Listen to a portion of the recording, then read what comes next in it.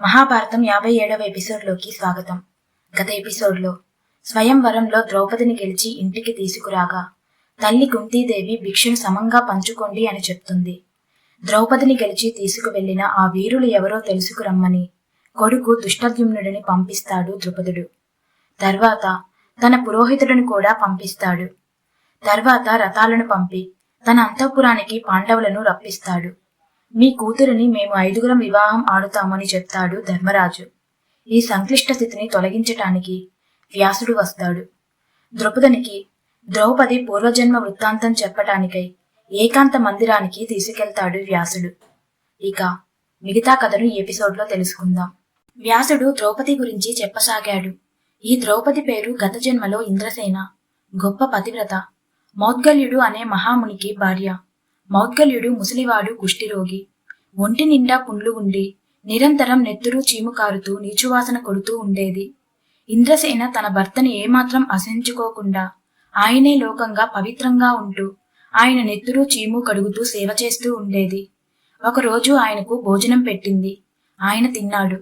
తర్వాత ఆయన పళ్ళెంలో మిగిలిన అన్నం తాను తింటుంది, ప్రతిరోజులానే. కాని ఆ రోజు తింటున్న పళ్ళెంలో మౌద్గల్యుని బొటనవేలు ఊడి చీముతో పాటు పడిపోయి ఉంది. అయ్యో, ఆయన మరో వేలు ఊడిపోయిందే అని బాధపడి ఆ వేలును పళ్ళెంలో ఒక పక్కన ఉంచి మిగిలిన అన్నం తిన్నది. దాన్నంతటినీ చూసిన మౌద్గల్యుడు, ఇంద్రసేన, ఇది నీ పతిభక్తికి పరాకాష్ట. నిన్ను మించిన పతివ్రత ఈ లోకంలోనే ఇక ఉండదు. నీకు ఏమి కావాలో కోరుకో, ఇస్తాను అన్నాడు. దానికి ఇంద్రసేన, ఇంతకాలం మీ అనారోగ్యం వల్ల మీతో కోరికలేమీ తీరలేదు. ఆ వెళితే నా మనసులో ఉంది. భార్యగా మీ పట్ల పతివ్రతా ధర్మం పాటించాను. కాని పొందవలసిన సుఖాన్ని పొందలేదు కదా. అది నాలో అగ్నిలాగా దహిస్తుంది. అందువల్ల మీరు 5గురు మహా అందగాల్లా మారి నన్ను సంతోషపెట్టండి. అదే నా కోరిక అని అంది. ఆయన గొప్ప తపశ్శక్తి సంపన్నుడు. ఆమె కోరిన విధంగా గొప్ప అందంతో 5 రూపాలతో ఉద్యానవనాల్లోనూ మంచు కొండలపైన రకరకాల అందమైన పూల తోటల్లోనూ దీర్ఘకాలం సంతోషంగా ఆమెతో విహరించాడు. ఒకరోజు ఆయన, ఇంద్రసేన, ఎంతో కాలంగా మనము విహారయాత్ర జరుపుతున్నాము. ఇక నాకు తపస్సుకు వెళ్లాల్సిన సమయం వచ్చేసింది. నేను వెళుతున్నాను అని చెప్పి బ్రహ్మలోకం వెళ్లిపోయాడు. ఇంద్రసేనగా తనువు చాలించిన మౌద్గల్యుని భార్య మరుజన్మలో కాశీరాజుకు కూతురుగా జన్మించింది. దురదృష్టవశాత్తు చాలా కాలం ఆమెకు వివాహం జరగలేదు. ఆమె అందుకోసం శివుని గురించి భీకరమైన తపస్సు చేసింది. అలా చేస్తున్న సమయంలో ఒకరోజు అటుగా వచ్చిన యమధర్మరాజు ఆమె సౌందర్యాన్ని చూసి తన అంశతో భూమిపై పుట్టిన వాడికి ఈమె భార్య కావాలి అని కోరుకున్నాడు. మరొక రోజు వాయుదేవుడు అటుగా వచ్చి చూశాడు. ఆమె అపురూప లావణ్యానికి తట్టుకోలేక, నా అంశతో భూమిపై జన్మించేవాడికి ఈమె భార్య కావాలి అని కోరుకున్నాడు. ఇంకో రోజు ఇంద్రుడు అటుగా వచ్చి చూసి, ఆహా, ఏమి సౌందర్యం, ఏమి తపశ్శక్తి, ఈమెను భూమిపై నా అంశతో జన్మించేవాడు వివాహం ఆడాలి అని అనుకున్నాడు. తర్వాత ఓ రోజు అశ్విని దేవతలు అటుగా వచ్చి చూసి ఆమె నల్ల కలువల అందానికి పరవశించి తమ అంశలతో పుట్టిన వారికి ఈమె భార్య కావాలి అని కోరుకున్నారు. ఇదంతా తెలియని కాశీరాజు కూతురు మాత్రం తీవ్రమైన తపస్సు చేసింది. గాలిని మాత్రమే తింటూ కొంతకాలం ఒంటికాలపై నిలబడి, కొంతకాలం నిప్పుల గుండం మధ్యన నిలబడి తపస్సు చేయగా ఆమె తీక్షణమైన తపస్సుకు మెచ్చి మహాశివుడు ప్రత్యక్షమయ్యాడు. ఆమె మహాశివుణ్ణి అమితమైన భక్తితో ప్రదక్షిణం చేసి మొక్కి పూజించగా ఏమి వరం కావాలో కోరుకోమన్నాడు. ఆమె శివుని దర్శనం వల్ల కలిగిన తత్తరపాటుతో పతి పతి పతి అంటూ 5 సార్లు పతి కావాలి అంటూ అడిగింది. మహాశివుడు, ఈ జన్మలో అయితే కాదు గాని వచ్చే జన్మలో నీవు 5గురు భర్తలను పొందుతావు అని అనుగ్రహించాడు. అదిరిపోయింది ఆ వరానికి కాశీరాజు కూతురు. అయ్యో స్వామి, 5గురు భర్తలను పొందిన స్త్రీ లోకమందు ఎక్కడైనా ఉంటుందా? ఇది లోక విరుద్ధం. ఇలాంటి వరం నాకు వద్దు అని వ్యధ చెందింది. దానికి శివుడు, దేవతల నోట మాట ఒక్కసారి బయటికి వచ్చిందంటే అది ఎన్నటికైనా సత్యమై తీరుతుంది. ఎలాంటి మార్పు ఆ మాటలో జరగదు. కాబట్టి నా వరం జరిగే తీరాల్సి ఉంది.